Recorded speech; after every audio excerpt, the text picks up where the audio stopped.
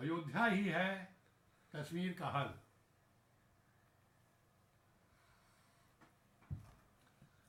प्रधानमंत्री वाजपेयी की चिंता बिल्कुल उचित है कि एक समृद्ध, शक्तिशाली और स्वाभिमानी राष्ट्र के रूप में हमारा भविष्य बनाने के लिए यह आवश्यक है कि हम अतीत की समस्याओं के बोझ से मुक्त हों। अतीत के इस बोझिल विरासत के रूप में श्री अटल जी ने कश्मीर और अयोध्या की समस्याओं को रेखांकित किया है।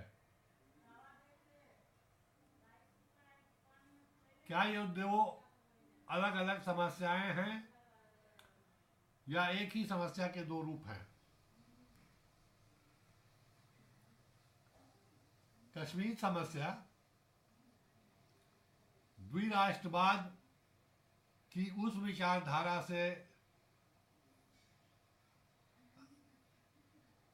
की अगली कड़ी है जिसने देश विभाजन का दारूण और रक्त रंजित इतिहास लिखा था। इस द्विराष्ट्रवादी विचारधारा के कारण ही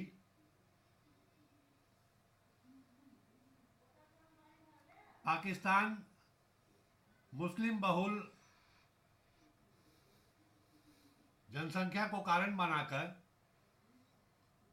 कश्मीर पर अपना दावा जताता है।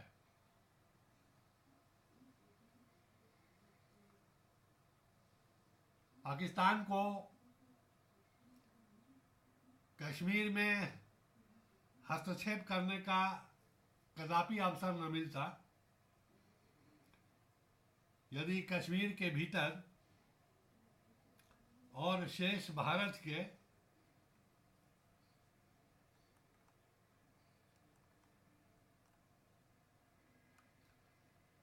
मुस्लिम समाज ने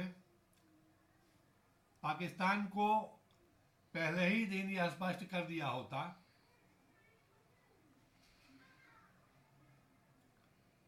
कि मजहबी कट्टरवाद, असहिष्णुता और हिंसा विध्वंस की मध्ययुगीन विचारधारा में से उपजे द्विराष्ट्रवाद से अब हम पूरी तरह संबंध विच्छेद करते हैं और भारत के सर्वसमावेशक, उदार, पंथनिरपेक्षता के परंपरागत आदर्श के साथ तादात्म्य स्थापित करने का संकल्प लेते हैं।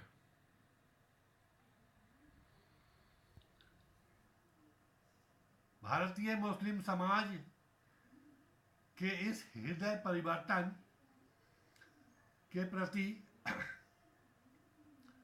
आशावाद लेकर ही पंडित नेहरू ने यह घोषणा की थी कि मुस्लिम बहुल जम्मू कश्मीर खंडित भारत के पंथ निरपेक्ष चरित्र का प्रतीक है और विभाजन के मूल्य पर ब्रिटिश दासता से मुक्ति पाकर हम इस सनातन आदर्श के आधार पर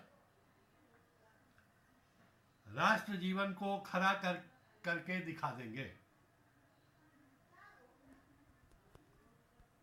उन्हें विश्वास था कि किसी भी जनमत संग्रह में कश्मीर का मुस्लिम बहुल पंथ निरपेक्ष भारत के साथ खड़ा रहेगा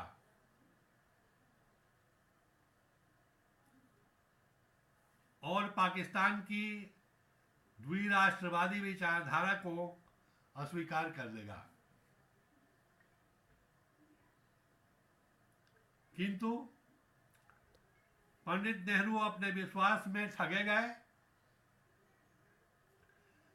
जिस शेख अब्दुल्ला की दोस्ती पर उन्होंने अपनी आशाएं केंद्रित की थी, उसी ने उनके साथ धोखा किया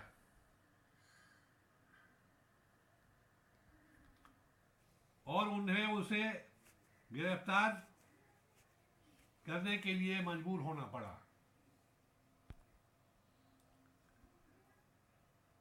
विश्वासघात की यह कहानी तब से चली आ रही है।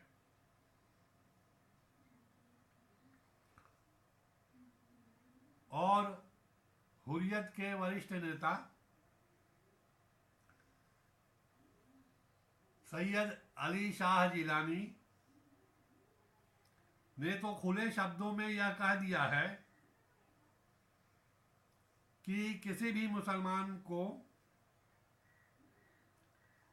मिलात या उम्मा या वैश्विक मुस्लिम राष्ट्र को विघटित करने की इजाजत नहीं दी जा सकती।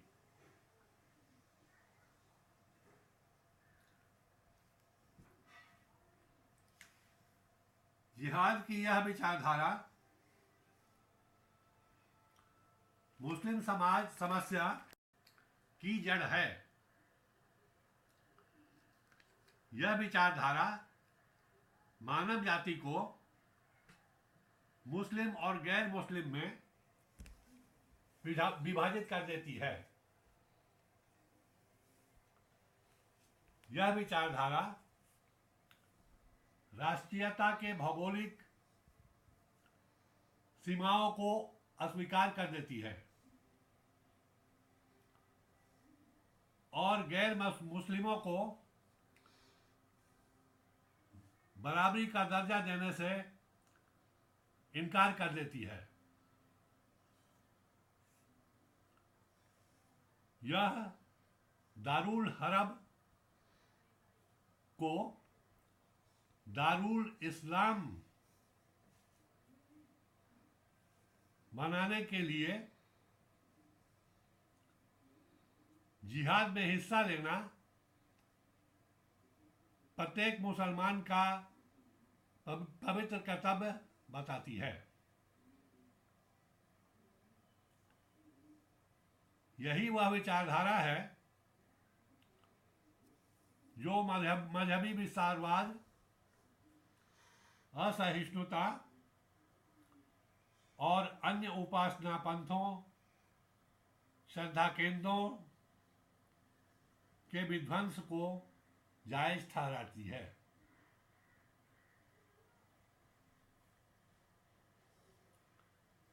इस्लाम की सर्वोच्चता और पूर्णता पर अंधश्रद्धा की इस विचारधारा में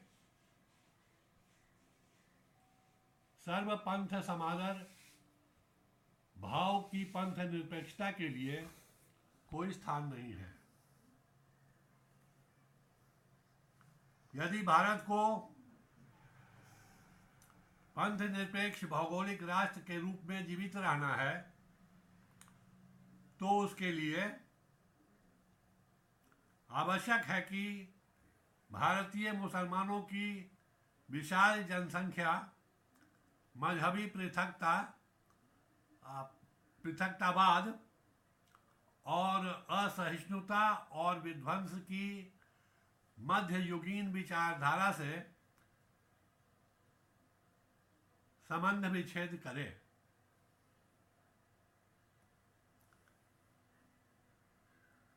भारत की इस्लाम पूर्व सांस्कृतिक एवं ऐतिहासिक परंपरा के प्रति पूर्ण अपनत्व प्रकट करे।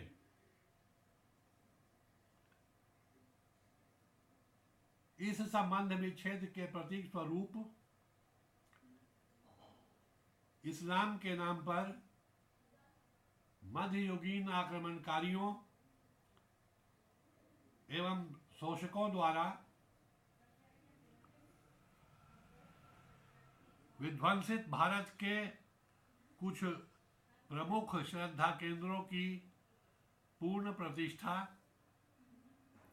और पूर्ण निर्माण के लिए स्वयं पहल करें।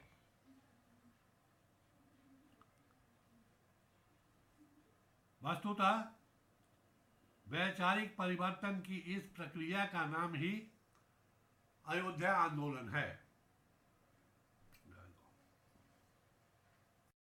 देवेंद्र ठाकुर, हिंदू स्वयं सेवक संघ, नेपाल।